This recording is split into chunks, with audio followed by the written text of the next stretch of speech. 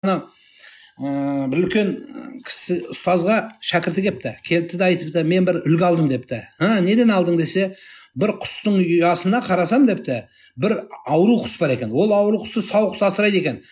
Мына сау ауру құсты Құдай асыраса, онда мен вообще Құдай асырайды екен ғой депті. Содан үлгі алдым десе, ұстаз айтады, а почему сен ауру құсқа үлгі аласың деп айтады. Анау ұшып жүрген құс болсашы деп айтады. Сол сияқты балаңызды ана бер жаққа теңестірмеңіздер, менің балам анау болады. Біз ана бір президент деген жаттап алғанбыз, президент болады, менің балам президент болады деп. Президенттен басқа өмір жоқ па не? Президент болып, елдің қарғысын алған болып қалуы мүмкін. Президент болып, елді жек көрген президент болуы мүмкін. Оқып шығып, бізде де көп оқып шығып, елге қарабет болғандар бар. Не керегі бар? Ол мәселе аты затына лайық болсын жаным. Осындай қалыңыз.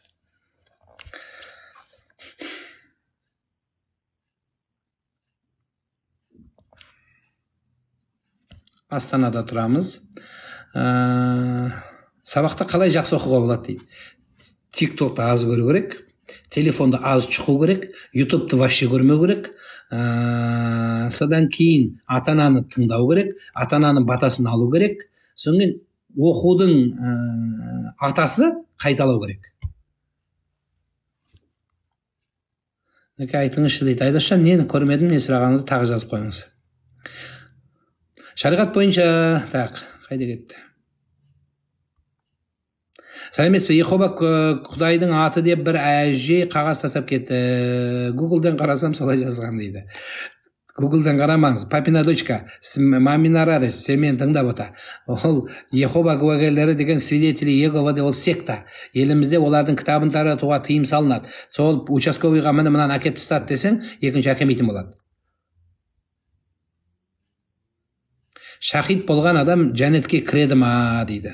Алла біледі. Пайғамбарымыз саллаллаху алейхи вассалам бір соғыста шахид болдың біразын көрсеткен. Олардың бәрі тозаққа кетті деген.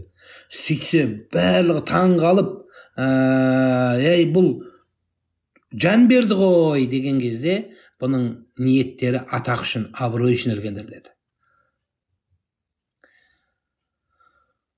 Сондықтан ниетіне қарай байланысты болды.